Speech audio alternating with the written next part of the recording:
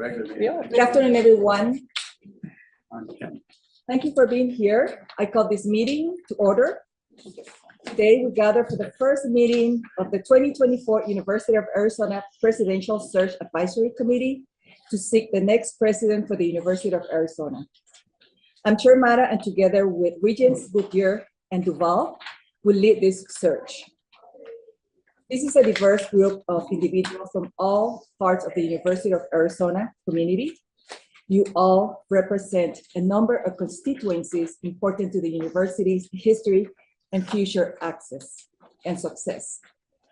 On behalf of the Arizona Board of Regents and the University of Arizona, I extend our appreciation for the time that each of you is investing in the most important task. We appreciate your willingness to serve. Let us begin by introducing ourselves. We will start with me and then move to my left around the table. When it is your turn, please state your name and affiliation to the university and discuss why you agreed to serve on this committee. I'm going to start with me as chair and as regent. I promise to work on behalf of the students and our students, this community, and our state. As you all know, I'm here in Tucson and Southern Arizona. Although I came from Sierra Vista, I spent most of my time since 2008 and totally moved here. So you will see me in the grocery store and anywhere, and I'm part of you. And I feel the pain. I am part of you, and we're gonna work together, to make a successful search and a successful place to be. So I'm gonna let you continue, since everybody have listened to me, and you will hear me a lot of time in many meetings. Thank you, Chair Mata. My name is Chad Sampson. I'm the interim executive director for the Arizona Board of Regents, and it is my pleasure to staff this committee and the board during this search. This is my fifth presidential search since beginning with the board. The University of Arizona is a special place to me, has a very important role to play in the state, and I'm very honored to be able to work with all of you as you look for the next week. I'm Sam Levins. I'm an associate. My name is Kevin Smith. I'm also an associate general counsel with the Arizona Board of Regents. My name is Jenny Pollack. I'm the general counsel for the Board of Regents, not meaning to load up on the lawyers, but we're here to work with you and to help you. And we're not part of the committee, but here to advise you. Happy to be here. I'm Mark Stegman. I'm not a lawyer. I'm in the Eller College. I was elected to 3 terms on the TUST board and am familiar with, participated in several CEO searches, and am familiar with both the challenges and mistakes of such searches. Good Tosh. Ani Adam Sugar, Governor Stephen Earl Lewis. Good afternoon. Hope everyone is well. It's an honor to serve on this committee. Thank you for the opportunity. I am the governor of the Gila River Indian community, of course, one of 22 tribes here in Arizona. And, this is such an important search that I think we all know that we're about to embark on together collectively. And I'm well and keenly aware that the University of Arizona has also a unique, as a land grant institution, a unique responsibility to its original inhabitants. And the Gila River Indian community, as well as our sister tribes, our O'odham tribes, whether it's the O'odham Nation, of course, the possible Yaqui tribe, Ak-Chin and Salt River, Maricopa community as well. We see education as a true equalizer. We see education as so important, and all of the responsibilities that go along with that. Responsible research. University of Arizona is a world-class research institution as well. And to look at that equal partnership with tribes, and of course, being the University of Arizona, although I'm an ASU alum, but I'm proud of all of our institutions here in Arizona and the world-class education that they all provide our next generation of leaders, our next generation that will take the mantle from all of us, hopefully. And of course, our tribal indigenous students as well. So it's really an honor to collectively around this table work with all of you. on this common goal and mission. Thank you. Most helpful. I'm Joellen Russell. I'm a distinguished professor here at the University of Arizona and in the geosciences department. I'm also the department head. I mostly do robot float supercomputers and satellites, but I'm delighted to be here and honored to be able to serve in this way. I also co-chaired the provost search, which is finishing up right now. And so I'm looking forward, mostly because I have a son who's going to be here next year. We really need to get this done. Hi, I'm Christina Rocha. I am a manager in the Research Innovation and Impact Business Center. We service about 40 of the research units on campus. I am also a staff representative on Faculty Senate. I am also on the Safety Committee, and I'm also on the University Advisory Committee. I've been here 25 years. I think I bleed red and blue, but I'm not a student. I do not have a college degree, but I think that I've been here long enough. This will be I think my 8th president that we will get since I've been here. So I've been here a long time, and I just love this place, and I want to be here probably 10 more years before I can retire. And I think I can bring to the table a lot of experience. I've been on both sides, academic and non-academic, and so I think I can bring forth a lot of information. And I also represent, as I found out, I'm the only staff member on this committee, so all 4,000 or 5,000 of us. So yay! I'm ready. Thank you. I'm Desiree Reed-Francois, and I have the privilege of serving as your Director of Athletics. I'm also a 1997 proud college, James E. Rogers College of Law graduate. I'm here because I love this university, I love our students, and I'm excited to be a part of the future. Thank you. Hi, I'm Cindy Rankin, Lucinda, if you're my grandfather. I am an associate professor in the Department of Physiology in the College of Medicine. I am, to be honest, to set the record straight, I am not. I'm an ex officio member of the Faculty Senate as by virtue of being the co-chair of SPEBAC. So I represent a different component of the shared governance and hope to bring to the table both the information from SPEBAC, which represents a wide variety of folks across this entire campus.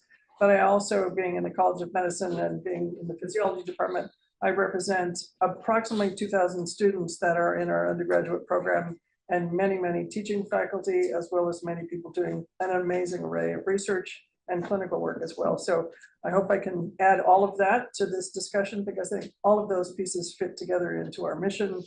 And I've been here 40 years. Sorry, Christine. That's okay. And I've seen lots of presidents over the time. So I feel like I've been able to see many different ways in which presidents can be effective. And I hope to be able to help us find a new one that's as effective as well. I am Fletcher McCusker, class of 1974. You can all say you don't look it, go ahead. But for the last 5 years, it's been my honor to be involved in your tech launch program. We commercialize University of Arizona research. We've invested in 13 companies that originated on this campus. 3 of them have had extremely valuable exits. So we've demonstrated we do have a new revenue stream in the commercialization of our research. So, and hopefully that continues and grows as we think about new leadership. Humberto Lopez, president of HSL Properties, a real estate in development investment company. I graduated in 1969. So I guess I must be the oldest by far. With an accounting degree, moved to California, came back in 1980. The day I came back, I immediately joined the President's Club. 2 years later, I was invited to join the Board of Trustees for the foundation.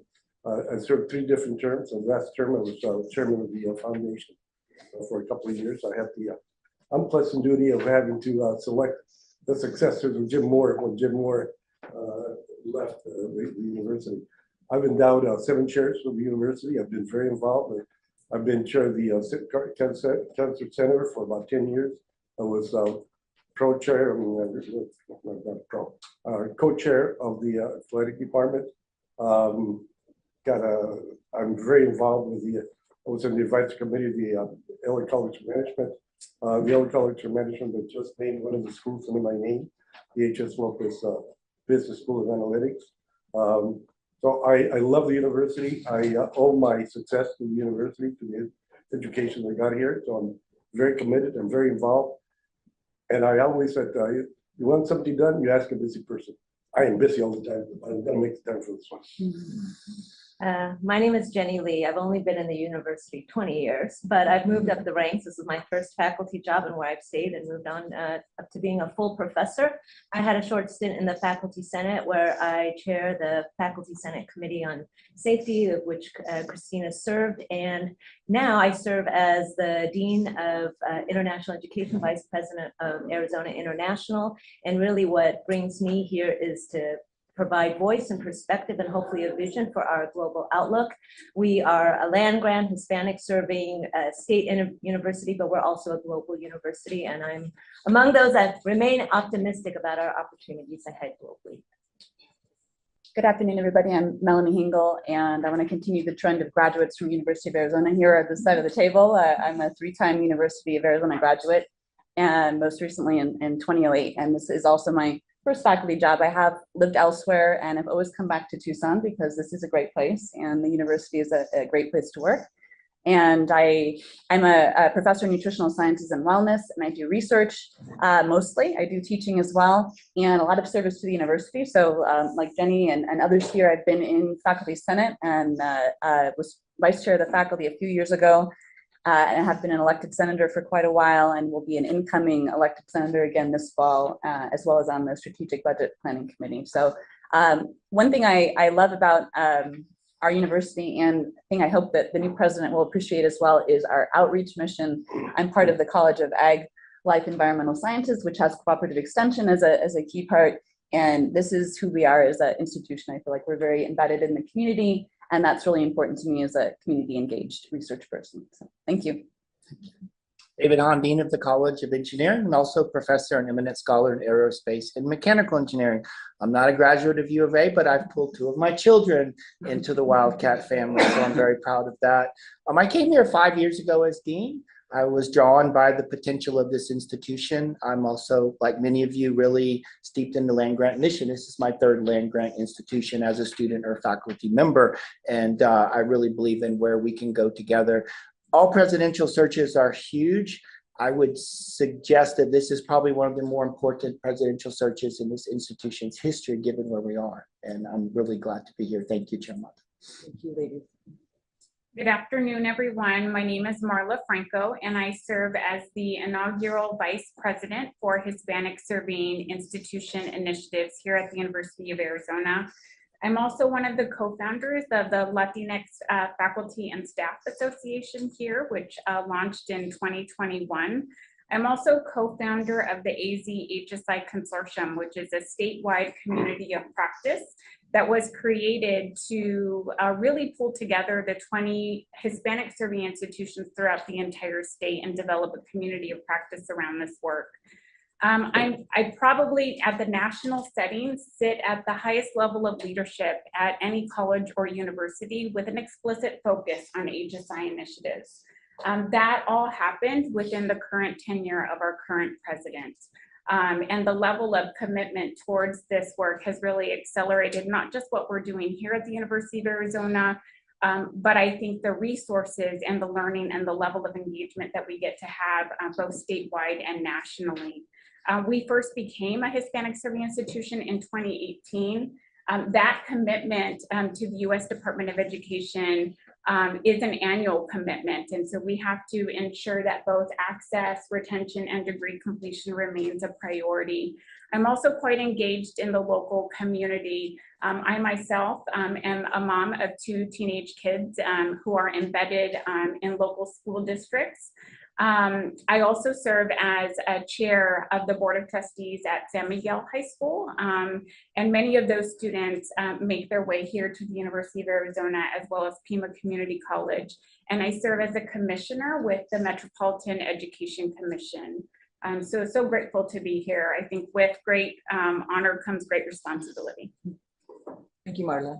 Well, good afternoon, everyone. My name is Mr. Toby Adigan. I'm a current undergrad student here at the University of Arizona. In a couple of weeks, I'll be graduating with a Bachelor of Science in Chemical Engineering. Nice. So I'm looking forward to that. I'm also currently Bobcat #1, as well as this year's class president for the Bobcat Student Honorary. And I'm also a member of the University Advisory Council. Throughout my 4 years here, the university has given me so much that I believe I will forever be indebted to this institution, and to be in this room sitting with all of you people who are way above my pay grade is something that I never really thought I would do, but now that I have the ability to voice the opinions of the students here on campus, especially from different, different clubs and organizations and different backgrounds, I think is really important. And I'm grateful that you guys reached out to me to be a part of this. And I don't know how long it's going to be, but however long it is, I'm ready to give it 110% and ensure that we find a suitable candidate that's going to, drive the University of Arizona in the right direction.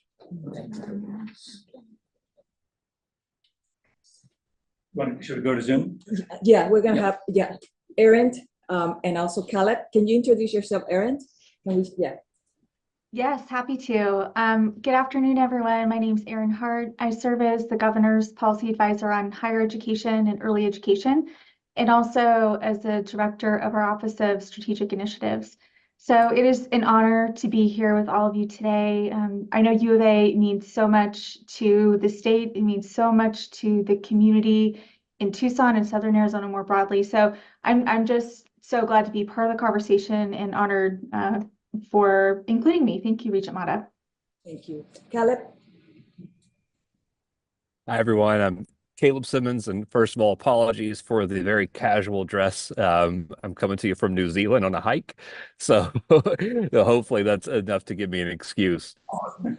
I am a professor of religious studies in the Department of Religious Studies and Classics and College of Humanities. Also serve within the College of Humanities as the faculty director for the Interdisciplinary Studies program, which is the university's completion degree, and the executive director of online education, overseeing Arizona Online. I am also recently an alum of the University of Arizona, decided to get my MBA over the past few years, so connected in a variety of different ways. The primary reason why I wanted to serve on this committee is because I serve currently in most of the shared governance committees: C11, Faculty Senate, Faculty Exec, the UAC. I'm sure I'm forgetting some of the SPVAC. And I believe in the value of shared governance and the collaborative nature of universities working between administrators and faculty, and believe that that's something that's very unique at the University of Arizona. It's a very vibrant relationship, to say the least. And I think that that's something that we want to preserve through this process. And like has been echoed by so many people, this is a wonderful university that I care deeply about, and finding the right leader for this time is absolutely an imperative. And so I look forward to getting in there and putting in a lot of hard work to make sure this is a successful search. And thank you for the invitation. Thank you, Caleb. Fred, you want to Sure. continue? Yeah, I got you. Fred Duval, Regent, second term. Have the unusual distinction of having been appointed to the board by both the Democratic Governor Napolitano and Republican Governor Ducey. Consider it the pinnacle of my years of public service. I was raised in Tucson. My father was the founding dean of the medical school. Was brought here in 1963 by first Richard Harville and then John Schaefer, and grew up on campus. Attended here as every member of my family and every part of my in-laws are all red and blue. So why does this matter? To say it in a sentence, look, this is a world-class university with an extraordinary past and will be an extraordinary future. And we simply, our task is to find a president that is of the caliber to assure that we can come together as one community in search of the promise that lies ahead and that is in our DNA. The potential is here, and I believe that the person is here as well. We just need to find them. Thank you. So I'm Doug Goodyear. I am the rookie on the Regents. I was the last appointee to be confirmed by the state Senate. So I don't have the depth of knowledge that Fred and Cecilia have. But for 26 years, I ran a public affairs firm with offices here in Arizona and in Washington, DC. I am recently retired, so I now have plenty of time to dedicate to this. I am giving it much more than I anticipated I would. And I must say, I am grateful to everybody around this table for committing the time to do this. This is one of the most important things that we're going to do.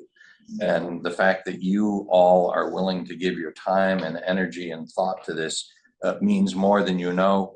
We're grateful for your participation. We're going to do everything we can to make this a meaningful and productive experience. Thank you. Thank you, Doug. So I want to also thank our staff, and we have Suzanne in the back, Thomas, Rachel, and Debbie, that they will always be our support when we have our meetings. I wanted to get to know you, and I wanted you to get to know everyone, because we're going to be together for, I don't know how long until we find the right, person. I didn't say much about me because I wanted to hear more about you, but now that everybody says something about who you are, as you all know, I was born and raised in Panama.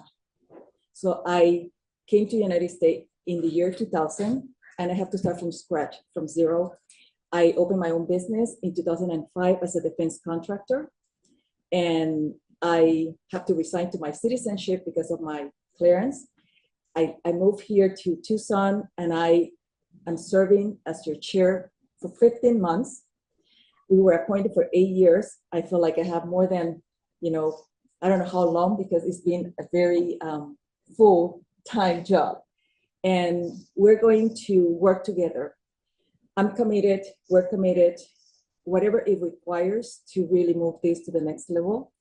And like I hear some of you, like Christina and Cindy, has been here with multiple searches, and you will help us too, because your experience will always matter, together with Chad, who has been, 8 presidents, you say? We did 5 searches. 5 searches, okay. So thank you for being here. So I want you to know that the board office is working on your bios. These will be posted in our website. However, I know that everybody's like, make sure that my name is correctly spelled out, like Lucinda, Cindy. Yeah, so, but we will send you the bio back so that you can review it, and then we can really finally post it in our website. So, the process of finding the right leader for the university requires a lot of, hard work. But I want to say, more than hard work, be proactive and creative, because the way we're doing things is changing the world. I mean, we're not going to do an AI, okay? Because I know that people think that technology is great, but we need to work this in a way that we really find that right person. And we, as Board of Regents, are committed deeply to do so. So, but I also want you to know that, through prior legal discussions, the Arizona Supreme Court has given us guidance on how we can proceed, and we will have the guidance to deliver the way it should be. We have done this with other searches that we have done, so we only have to make sure that we follow this, okay? So everybody in the community, I think the world is looking at us. We're on YouTube right now, so you are publicly heard. So we will post current information in our website as we go. And so people also will have access to news about the search. And we want to hear from everyone and anyone who has an opinion on this matter. Because we're not able to have more committee members, or everybody wants to be here. And it's hard, because otherwise we will have a 50 or 100, committee, and we'll never get things where we want. But I want the public to know that we try very hard to choose a mix of each individual, each member, to be part of this search. So we'll also take public input via the board website, and we have created a dedicated email address, and let me spell it out, because it's sometimes you miss a letter. So it's UArizona Presidential Search @azregents.edu. I believe that we will have that in the website, right? That the spell out of the email address. Yeah. So if you missed any letter, you will find it out in our website. And we will receive all this information from the public, and each regent, I'm committing each of you, and each regent will read all these comments from the public. So we will also be reaching out to various campus communities and constituencies over the next several weeks, including faculty, staff, alumni, foundation, Tucson community, and others. I know that everybody wants to be heard, and that's why we're going to do these town homes, meetings, and Regent Duval had spent time, I don't know when was that, but 2 weeks listening to the campus constituents, staff, faculty, and they speak to him. And he is really committed here in Tucson. Although he lived in Phoenix, he's always here. Every time I turn around and say, I'm here in Tucson in your hometown. So as we organize a home talk for the next 2 weeks, it's April 24th, please write it down. So we want to invite you for April 24th to join us to speak, on this presidential search. And if you have the time, we will do that. Fred, is that going to be what time? 5 to 7? I think we settled on that 5 to 7. Yeah, 5 to 7. Yeah, we'll send you the information so that you will have that on your schedule. I know that it's a lot that we're going to be doing, and you committed to do this with us. So when we do this together, we have the power, and we're empowered, to make the right decision. So, however, also please also keep in mind that we're trying to recruit or find a person, whether it's from Tucson, whether it's working at another university, whether it's somewhere, and this will require tenacity, and also showing him or her that we are the best university, in the world. So while we need to also be honest, and I always say that to the people that starting to know me, we have to be transparent. And I always tell you the truth, even if you don't like it. Some people that know me here, I tell them the truth, and sometimes they're like, oh, but this is the way I feel that this should go, always, no matter what. And we will put our best foot forward. So the best prospect see the possibilities that could come from leading this wonderful university. I want to say that my daughter is also an alumni. She's from the Eller. She graduated from Eller, and she loved this university. And I want to say too that this was my first job. Nobody wanted to hire me, but University of Arizona South did. And I have to start from very, very low level, but that helped me to understand, not knowing that one day I was going to be the region. So how the circle worked, right? So now I will turn over to Regent Duval to talk about this advisory committee. And Regent Duval, the stage is yours. Thank you, Chair. So where we wanted just to start is just to put this group into a context, because you will be asked, what is the group about? What are you signaling? And so I want to say a few things about it. First, it is smaller than most. It is our goal to be nimble, and that's intentional. Would we have loved to have had every college and every constituency as part of the committee? Of course, but the goal here was to be nimble and to cover as much of the campus as we could with the size that we have. This committee has very intentionally the largest percentage of faculty representation of any committee in recent memory. And that's intentional. It is faculty centric. It is critical that the faculty have as much input and imprint on this recruitment as possible. Secondly, shared governance is at the table in every manifestation. The Faculty Senate is extremely well represented. C11 is represented, SPBEC is represented, Student Government is represented, Staff Council is represented, and the Campus Advisory Council is represented. That's all very intentional. Shared governance matters, and that's why we are designed the way we are. Third, while not every nationally recognized branded college can be at the table, many are very specific around science and around CALS, and we are, those are some of our most recognizable national assets, and so it's important that we lead with that. It is important, and Aaron is on the call, can certainly address this. We are a state partner. We drive the state's economy, and two of the areas where the universities are disproportionately significant in driving the state's economy is engineering and life sciences, and that's why it is intentional that David Hahn is here from engineering and Cindy is here from the College of Medicine. We must address the balance sheet. We all know that. It is a part of our becoming anti-fragile and creating a stable and successful future. And that can't just be through cost reduction, it must be through revenue growth.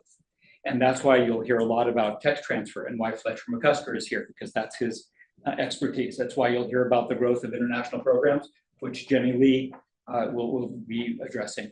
And the turnaround of the athletic department is obvious, and obviously getting the athletic director to give us time is a big deal, and we appreciate that very much. Attainment is an enormously important strategic goal of the Board of Regents, and that is reflected in a couple of things. Mark Stegman, it was one of the faculty leads on Gen Ed, very important message that we place importance on Gen Ed, and attainment is reflected with the reality that we can't get to the attainment goals we need without meeting the diversity of the community that Arizona now is, and that's why Marla is here with her HSI expertise, and Governor Stephen Earl Lewis is here representing Indigenous nations. So those are intentional messages around how we need to drive attainment. So we are hopeful that prospects will see in this committee signaling as to those things we are proud of, those things we need to be, those things that will drive us forward in our success. And of course, most important, we are here to serve students. And so Toby, you with one vote, we know can represent the entire student body, and we're looking forward to that. And then two of our critical partnerships of our successes, of course, the governor's office, which is why Aaron Hart is here, and the foundation, which is why Bert is here. So I hope you see in the 18 names some intentionality. Not everybody can be here. There will be people that are frustrated that they aren't, but the messaging here was very intentional. And I hope that as you answer community questions about it, you will reflect some of those themes. Thank you. So we will have, thank you.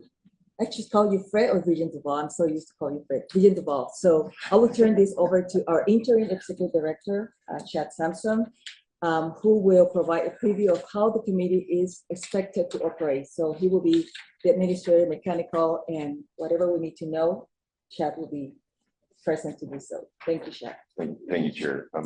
Just briefly, many of you participated on hiring committees before.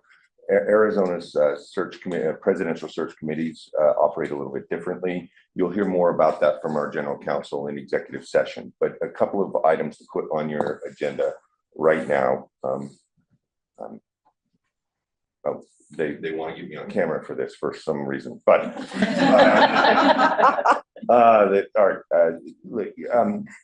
Chair Mata has also talked about the February, excuse me, no, March, April 24th. That threw me off. April 24th, we've got the town hall. We encourage you to invite all of your colleagues, all of the individuals who would like to speak on the future of the University of Arizona or speak on what can be done to move us into the future, what they're looking for in the president. Please invite them to be there. The second is, want to get on your calendar. We would like to have the second meeting of this committee, which is moving quickly that same day. Our staff will be reaching out to you to see and get your availability. If you're not available, we hope that you can participate in person. You can participate via Zoom. Then going forward, our team will also get out to you and work with you through different types of polling to find out what your availability over the next couple of weeks and months is going to be.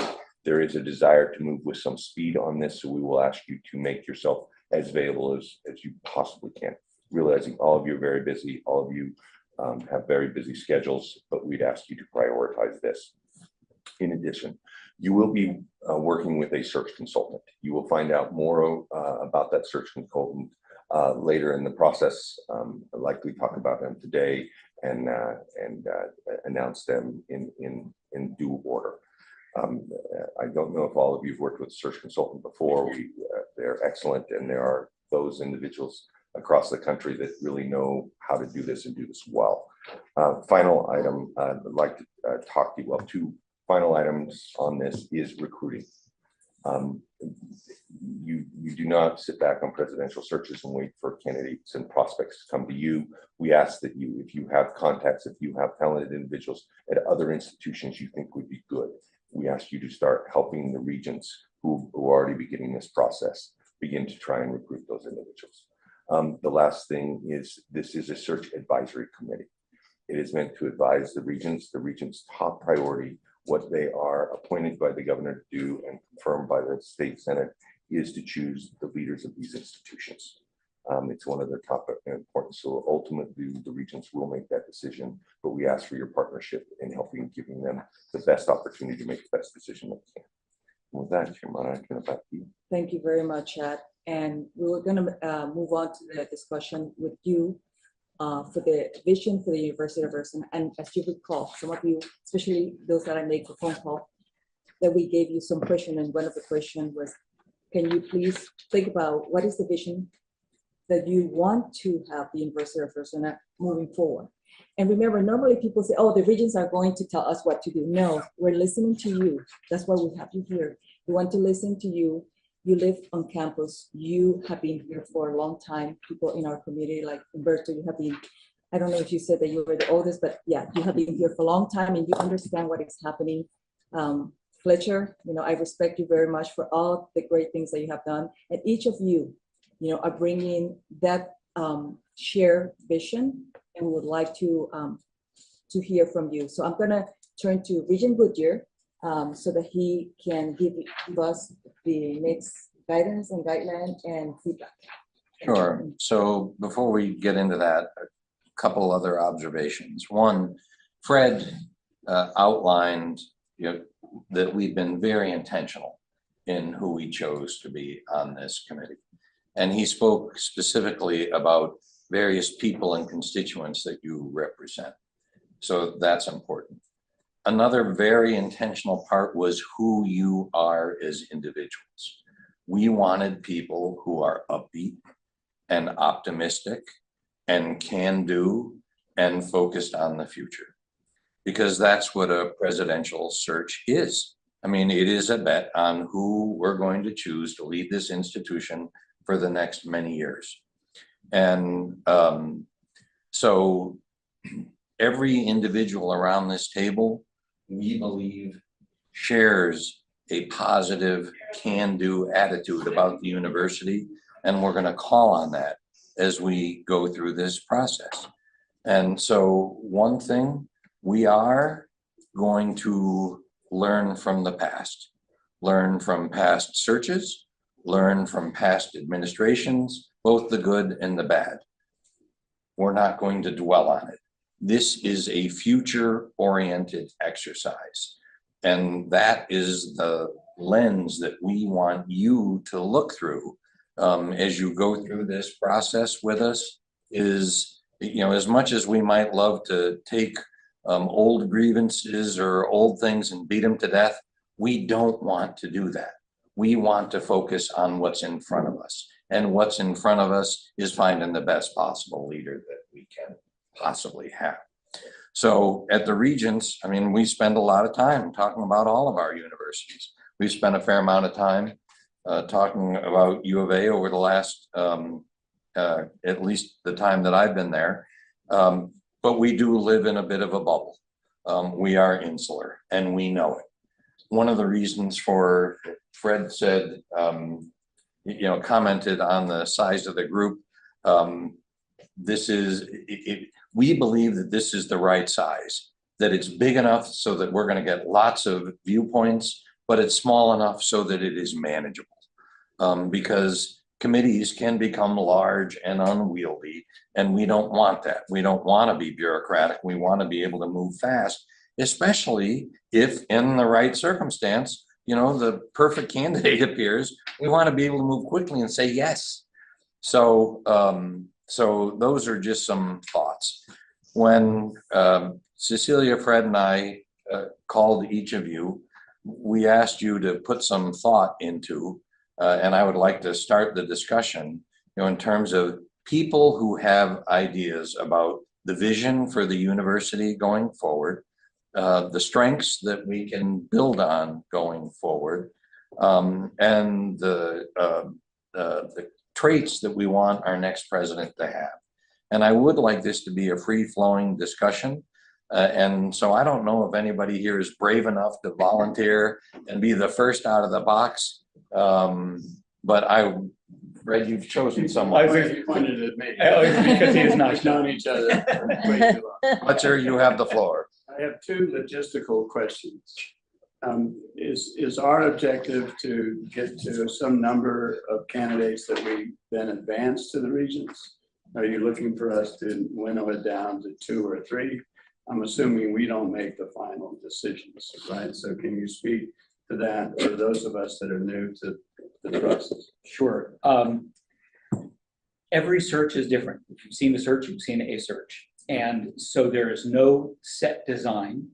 If we find that there are a number of candidates that we want to vet with equal enthusiasm and energy, we'll approach it that way. If there is enthusiasm for only 1 or 2, we'll approach it that way. It is not preset. I think that's going to be sort of a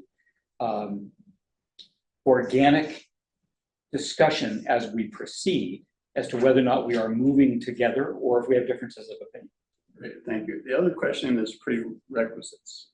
I believe before President Hart, to be a president at this university, you have had to have been a provost or a president.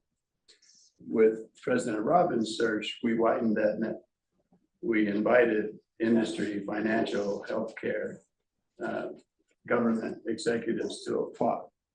Is this search as broad as that, or are we more confined in terms of the kind of talent that we're looking for? A perfect way to start the conversation about the leadership attributes that we're looking for. So the short answer is yes. Yes. It is a broad search. Yeah. We are not going to narrow the field to just a pre-selected few. We want Those to are scour the landscape. both very encouraging comments, I think, for all of us as we look to how we deal with our future leadership.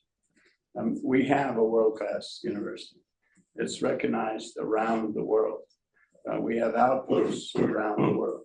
Our brand is significant worldwide in terms of leadership, research, sports, the enthusiasm of the bear down.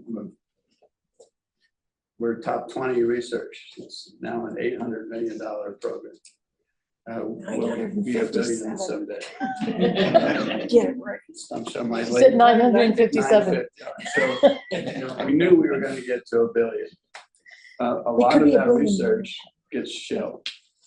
You get a grant, you work on the grant, money runs out, you move on.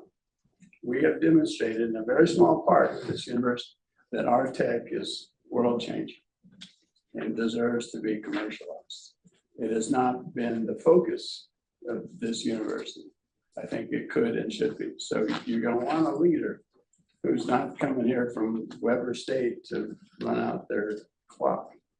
You want someone who understands the worldwide innovation opportunities that this university has. And a lot of it is in new revenue. I think we know, and Bertha and I have run really big companies, you can't cost contain your way out of this. You can't.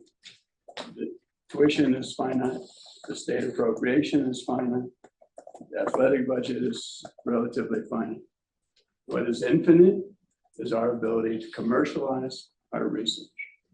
And you're going to want a president that appreciates that and has had experience in that and brings to us the wisdom that MIT or Purdue or Michigan or Florida or Colorado or Stanford already do. And those are the first 6 people that we call.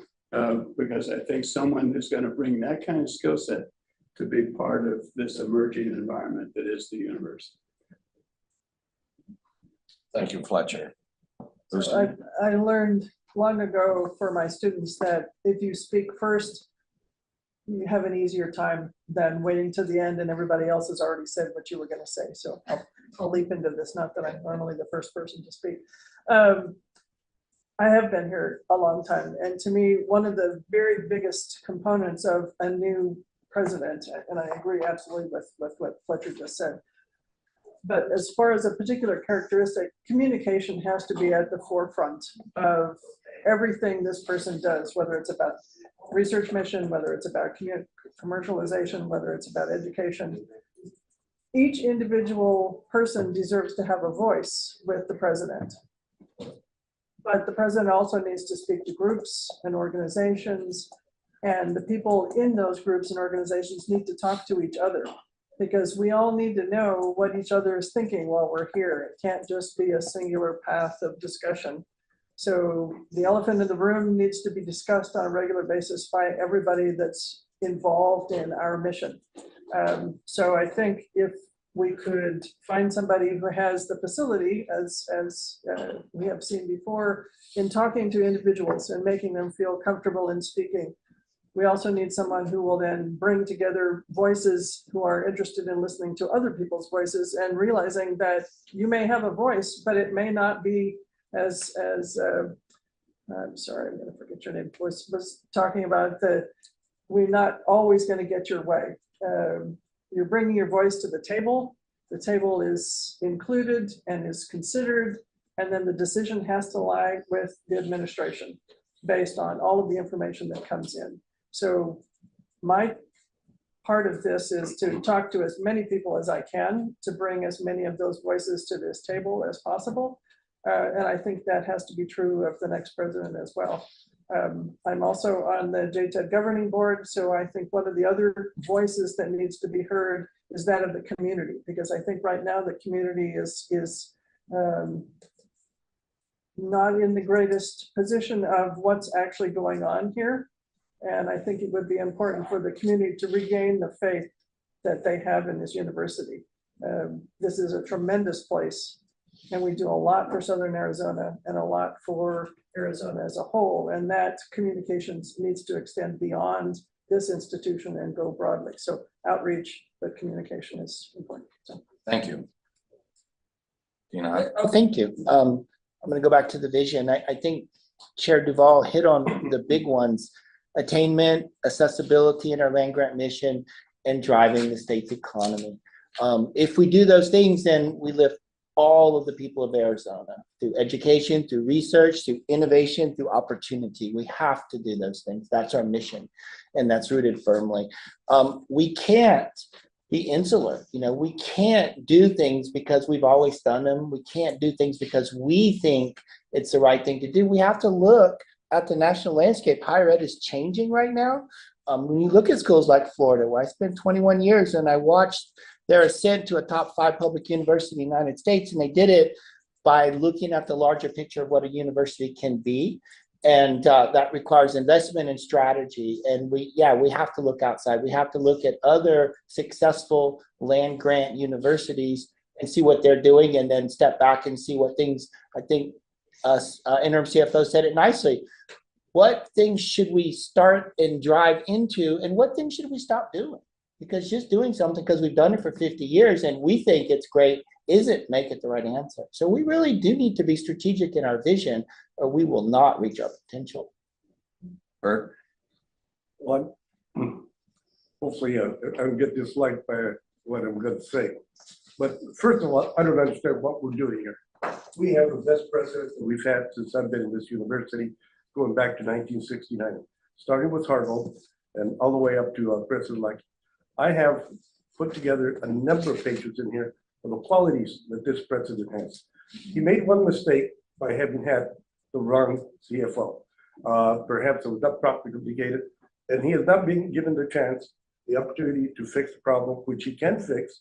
My understanding is that numbers started at 177, 162, 110. This morning, I understand it's down to $60 million. What is that? Why are we so much in a hurry to move forward? I don't think you're going to find anyone with the qualities of this president anywhere. And you'll see when I give you all my comments and qualifications that this individual has. No one, the community has not been made aware of what he has done for the university, what he's represented, the achievements he's achieved throughout his tenure, and the monies that he's raised.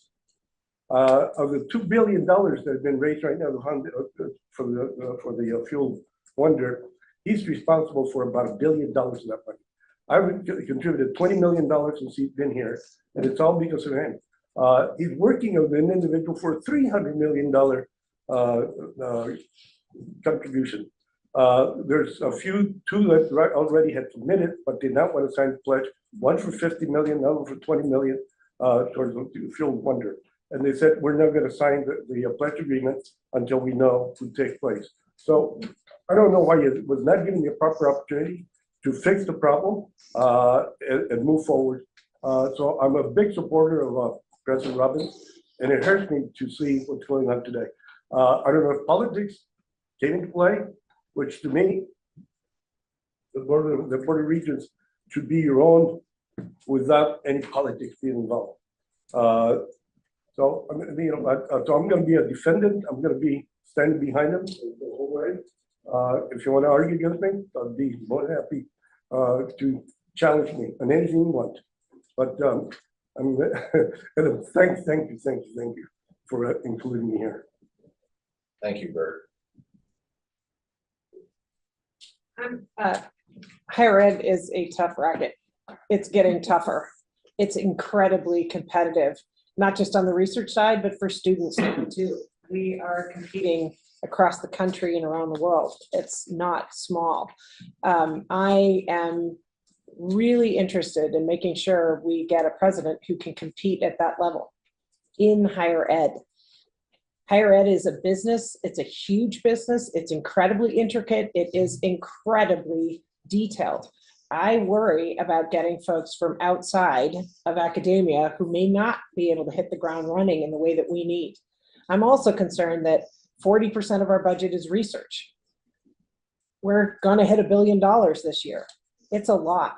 So I'd like to see somebody who is a near top scholar and teacher. I'd like to see somebody who's a top recruiter within academia. I mean it. We have to be able to recruit top faculty, top higher ed staff. Higher ed staff is getting incredibly tough market to get them.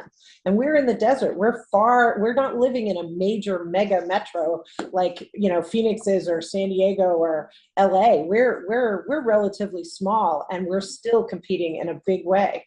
I'd like to see somebody who can help us recruit great students, recruit great donors, partners in the community, et cetera. I'd also like to see a top cultivator, somebody who actually helps us not just grow the money, which of course we have to do, but also facilities, right? Our labs, our libraries, our housing, which we're struggling with. We've been discovered. I mean, it's really gotten tight around here for student housing. We have people who say, yes, they're coming. And then they find out they can't get a dorm room and there's nowhere to go anywhere near campus. And they renege. They say they're not coming because there's no housing. We need somebody who's a cultivator who's going to help us grow these things. And also, I'd like to see growth in morale. I'd like to see growth in transparency. I'd like to see growth in communications, but in a way that is a teaching moment, right? Where we are growing together. They tell us things, we tell them things, we learn together, and they communicate clearly and loudly our values and the implementation of those values. And it's not to say that Bobby hasn't done that, just to say that we need more. That this is, higher ed is hitting headwinds, big ones, both because of the demographics of what students we can target and because funding at the federal level has been relatively flat. So, and of course, we have not seen a big growth in the willingness of our state to support us. I was here for the big whack, right? Where we got half of our state support yanked and it never came back. You know, trying to say we need a second med school with no new state money is a big challenge. Thank you. So I agree with everything that Bert said. Thank you. President Robbins, and I will never call him Bobby, and I told him that as the first day I met him.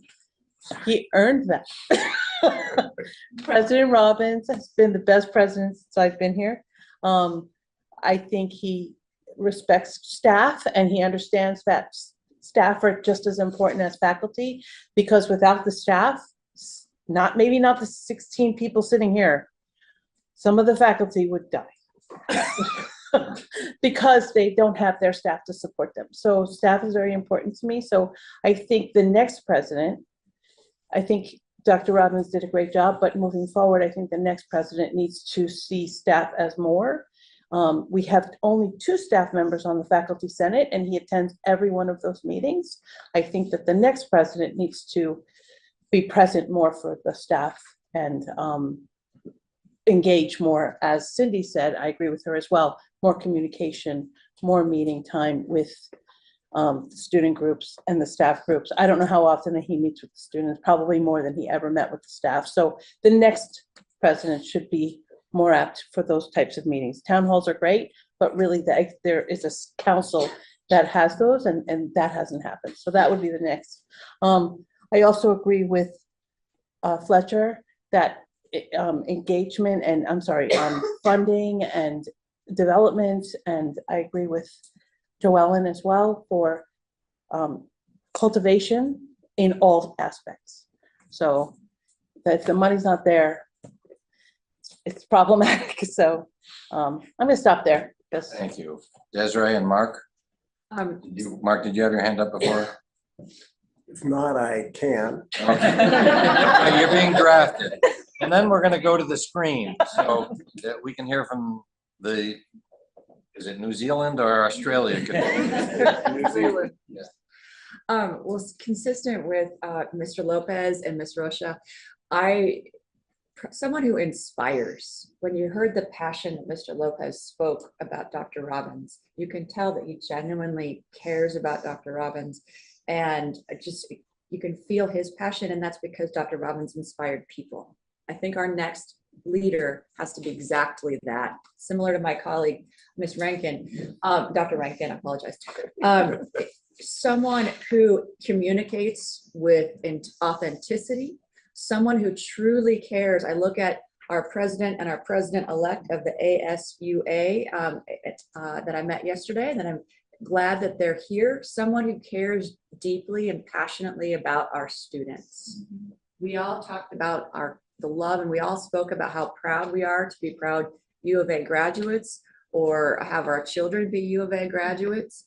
And there's something so special about the University of Arizona. So I hope that we find someone that really cares about our students, a values-based leader who can inspire us to believe in the hope for the future, someone who also executes with an attention to detail, who gets things done, but also someone who is evolving to higher education so that we are truly, to what Regent Duval spoke about, we're a world-class university. We need to continue that evolution. My colleague, Mr. McClusker, spoke about the imperative for innovation. I think that's critical for our future. Thank you, Desiree. Thank you. So I might have some views about the next president. I'm not sure they're consequential. I might know some people who have views, and that may be a little more consequential, but there will be thousands of persons at this university who will not speak to anyone in this room personally, who will not be able to attend a town hall. And I think it is important substantively and for appearances to do a systematic survey of what people, employees at the university, want to see in a president. And I think that survey should be concise and carefully constructed. And I think we'll learn things from that. And I think they will appreciate that we reached out in that way. Thank you. Yes. You know, one of the things that I would like to echo, and it really kind of builds off some of the commentary that we've heard thus far, is it will be important for this president to have the skill and strategy to really set up an infrastructure at this university that helps facilitate some of the end goals that we want to achieve. That person themselves, while they might be the catalyst to bringing structure and infrastructure that helps facilitate that, it can't be only because of them. They've got to set things up in place that help facilitate the university being able to thrive in those directions, even well past their tenure. I think as a land grant institution, we exist to serve the needs of our state of Arizona. And so how do we take the gifts and the assets and the talents and all that we do here at the institution to be in service to the state and the community? How do we thoughtfully and genuinely come to understand what those needs are and be of greatest service to our state? Everything from enrolling and graduating students to producing top-notch research in community with the community. I also think that there has been certainly movement and commitment and priority around a broad range of efforts related to diversity, equity, and inclusion. Inclusion is one of our values here at the University of Arizona, and it's been brought to light in a number of commitments during our current president's tenure, including the University of Arizona becoming an HSI, the launch of this position, as well as my colleagues in Native American initiatives, as well as Black advancement. Nationally, there's quite a bit of dialogue and contention around these issues. But I have confidently been able to go forth and navigate this work here and in the nation, standing firmly on where the president was on these issues. And that always gave me the continuous momentum to lead efforts that helped us be a leader in that space. And so I think the continued focus and prioritization around those efforts, we can continue to be a leader in that space. Thank you. Caleb, I said I would call on you. All right, perfect. Yeah, thank you for the opportunity for us all to go around and talk about the qualities that we think we need. For me, is really the role of the president is someone who is a visionary leader, someone who has a vision, a strategy to get us there, but then someone who is able to communicate that and show influence. And I think that's something that, influence for all stakeholders, to get people to buy in, from external stakeholders to government officials, to faculty, to staff, to students, and be able to express it in a way where there's buy-in. Because, as everyone's expressed, the university is a large organization with a lot of moving parts. If we all row in the same direction, we can do amazing things. And I think we've done that at times since I've been here. And I think that the person at the top is the one who steers that. So someone who can really has a clear vision, has a history of being able to execute a vision by being able to influence stakeholders to get everyone's buy-in, and that I think that will small order, but I think that will be key to getting the leader who we need at this moment. Thank you. Aaron, not to put you on the spot, but do you have any words of guidance for this group from Governor Hobbs? I sure do. Thank you so much for the opportunity. I'll try to focus on 3 things just to emphasize from our perspective, and hopefully they don't duplicate what's already been said. But I'd start off with someone who can bring really good judgment and wisdom in managing thorny issues. As someone mentioned before, higher education is getting more complicated on any number of levels. So having a leader who can kind of think through how to best position and respond to those issues is going to be really, really important. Second, I would say someone who can be a strong voice, someone who can be that leadership voice on behalf of the institution. There's so much that U of A has to be proud of. There's so many great things, and to be able to tell that story to external audiences and internal audiences as well, right? To bring people along towards that shared vision and mission is so, so incredibly important. And then third, I'd mention someone who has a mindset of inclusion. We've talked a lot about community engagement with faculty, staff, and students, but someone who really kind of operates in that mindset, who has that ability to bring people together towards that shared vision, could be very helpful. So those would be my top 3. Aaron, thank you. I appreciate it. There are others in the room. Melanie? Thank you. Yeah, I want to build a little bit on what others have said about communication and frame a little bit differently, in that I think the new president should have the ability to be a convener, like Aaron is saying, but to open the door of the university to the public. I feel like we have a door, but it needs to be wider and bigger and more visible and more welcoming. And our work is in the community, with the community, and we should also be receiving community guidance, because we have experts around the state who are not at any university, but are experts in their community and in what they do. And I think that flow of communication and expertise and resources should be bi-directional and be welcomed in that way. So, thank you. Thank you. Jenny? Two things that hasn't already been said. We have some urgent problems, and among them is the looming domestic enrollment cliff that every university in the US is preparing for. We need to do a better job with that. We should, when I go around the world and speak with partners, we should not be the world's best kept secret. But yet we are. And so, and I think in many ways, ways that we've been presented in the press has not helped us in that direction. We need a president with a global vision and understanding that is not at the expense of our land grant mission or any in-state student. It actually enlarges our capacity to do amazing work.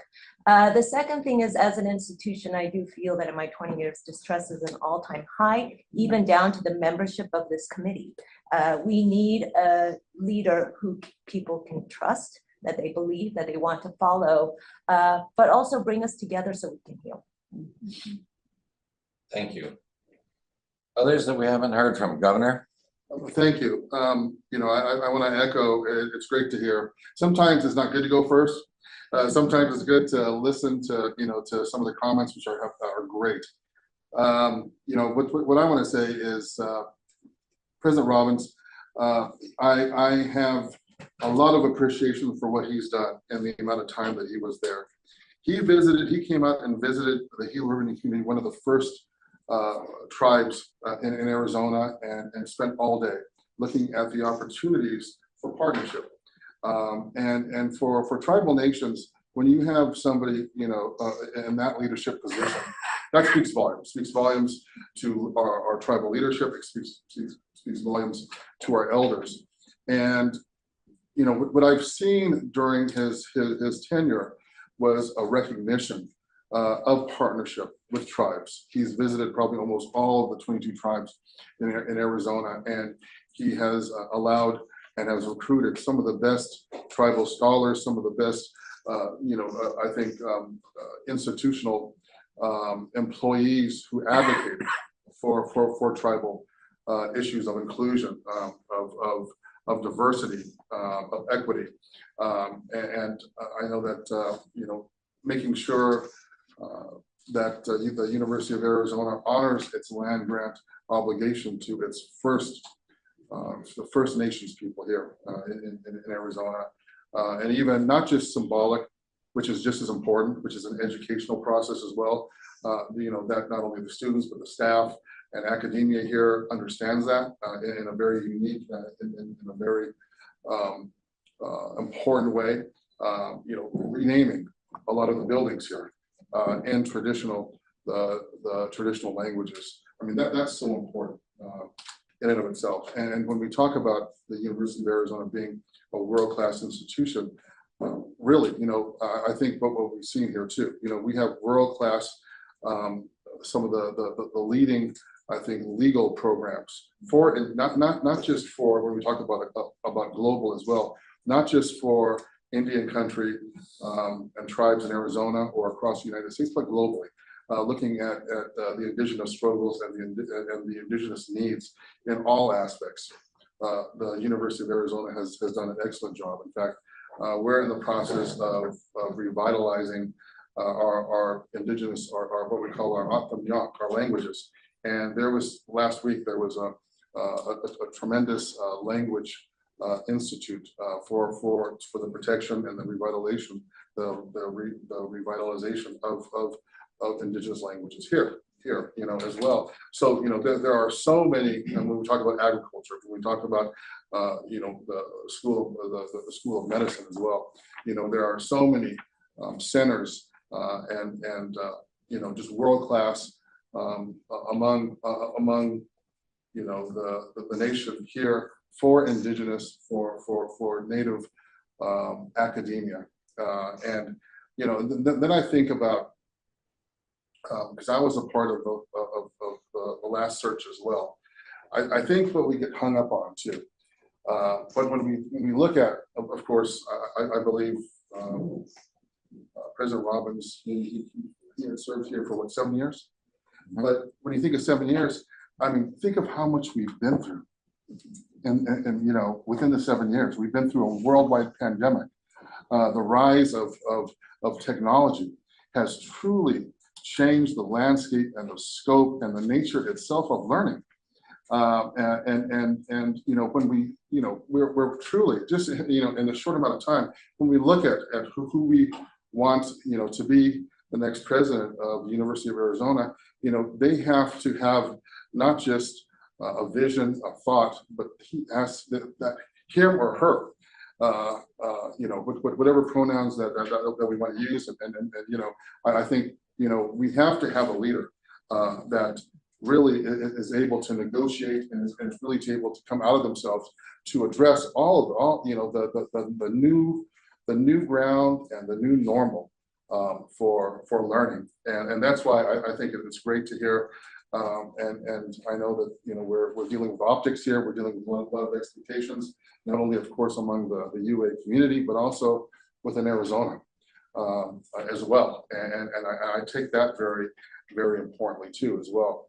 But that's why I want to hear, especially from our undergrad representation, and from which is, you know, I think that's, you know, I think, you know, wanting to hear exactly, you know, just what the state of affairs is from our undergrads and from our, you know, from our students, as well as from the faculty as well, because, you know, I understand that there is a lot of trust that needs to be mended in this process, and to have a leader to be able to come in and bring this together. You know, I think sometimes, I think sometimes maybe the University of Arizona is with all of the pressures of learning, of growing, of evolving, maybe it's sort of an identity crisis, and that's what we look to leadership to, you know, to look to leaders to show us what the way is in this journey that's occurring before all of us, and each and every one of us have an important role in choosing what type of a leader at this point, at this time, is so critical, because I know the University of Arizona, I know they're not Arizona State University or NAU, right? And they shouldn't be looking over their shoulders. They should be looking ahead. And I think sometimes, you know, and I have to say, with the tremendous amount of success that President Crow, I think maybe in subsequent searches, prior searches, maybe they were looking for a President Crow. You need a president to serve the needs of the University of Arizona now and in the future, right? And I think whatever that is, whatever part that we all are collectively going to play, I think sometimes, you know, I think we have to be very focused, or be very laser focused exactly on what that individual is, what that individual looks like, what that individual thinks. And of course, I think we want a leader, the next president also.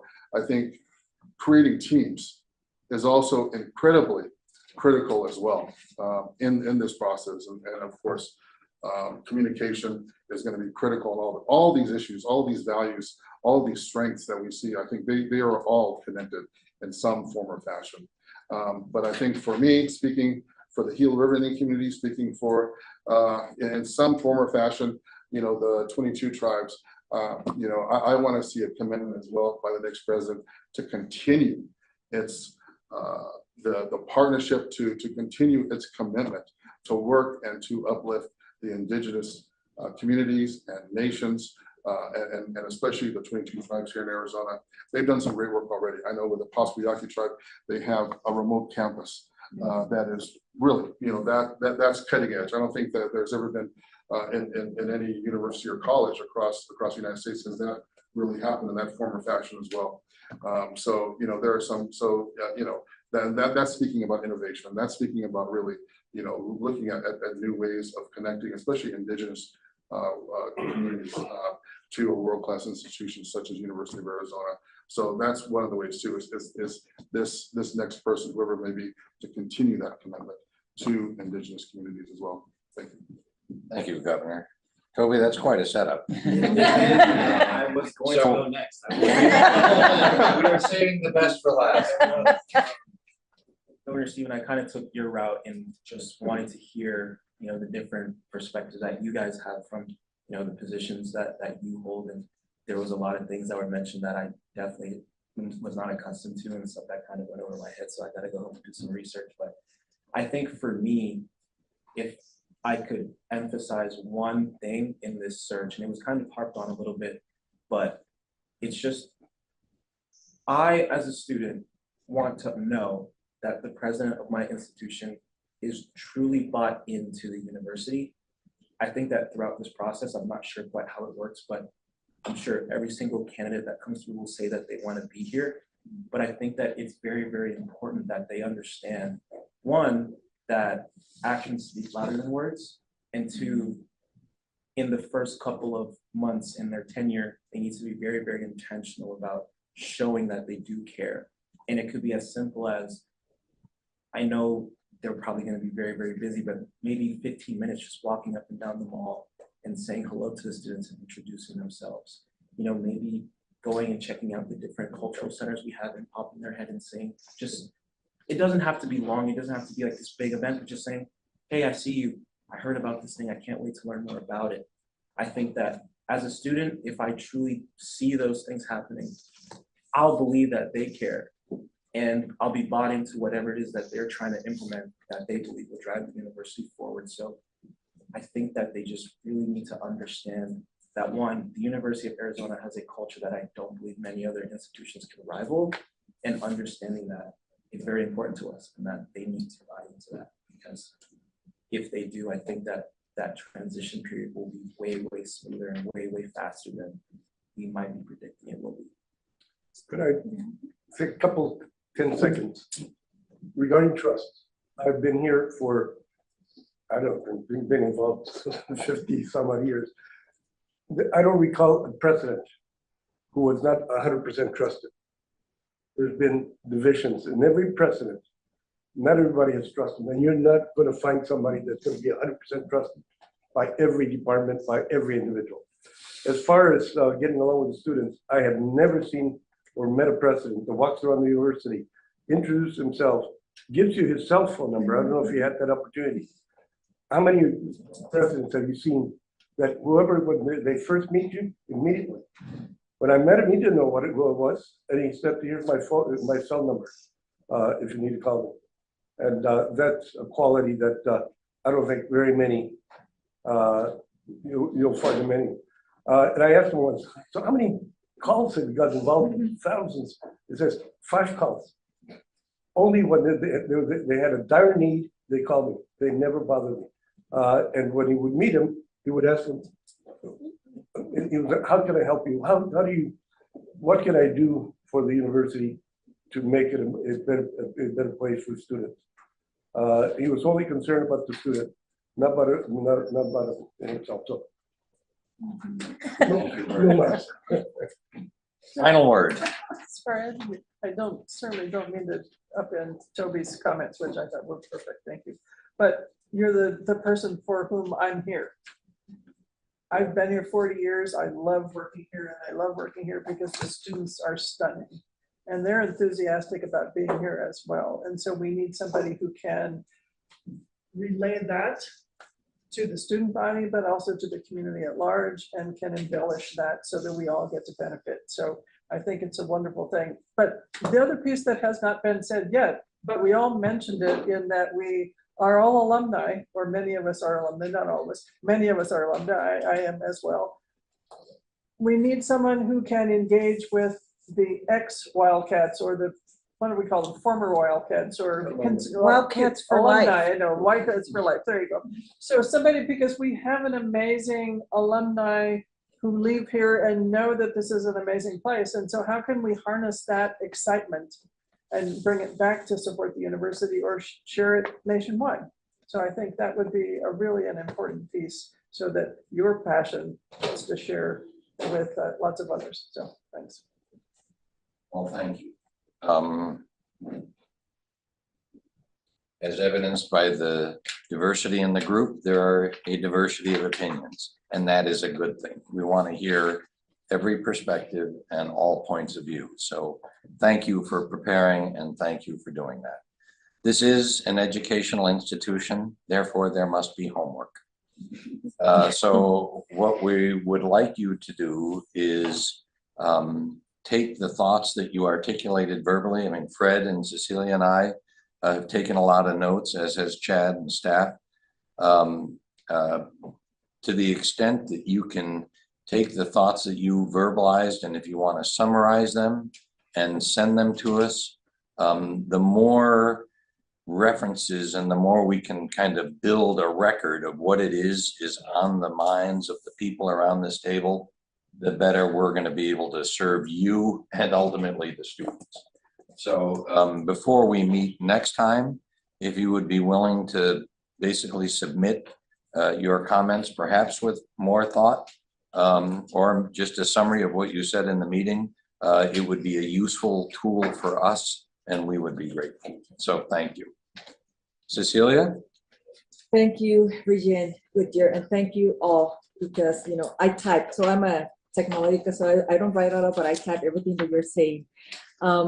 So our final order of business is to receive legal advice from board counsel, Jenny, in executive session. So we will now move into executive session, so the committee may receive legal advice and instruction on the presidential search. Do I have a motion to enter executive session to the executive session item listed on the agenda? So moved. Thank you. If there is a second? Second. Thank you. All those in favor say aye. Aye. Aye. Any abstentions? Motion carries. And the committee will now convene in executive session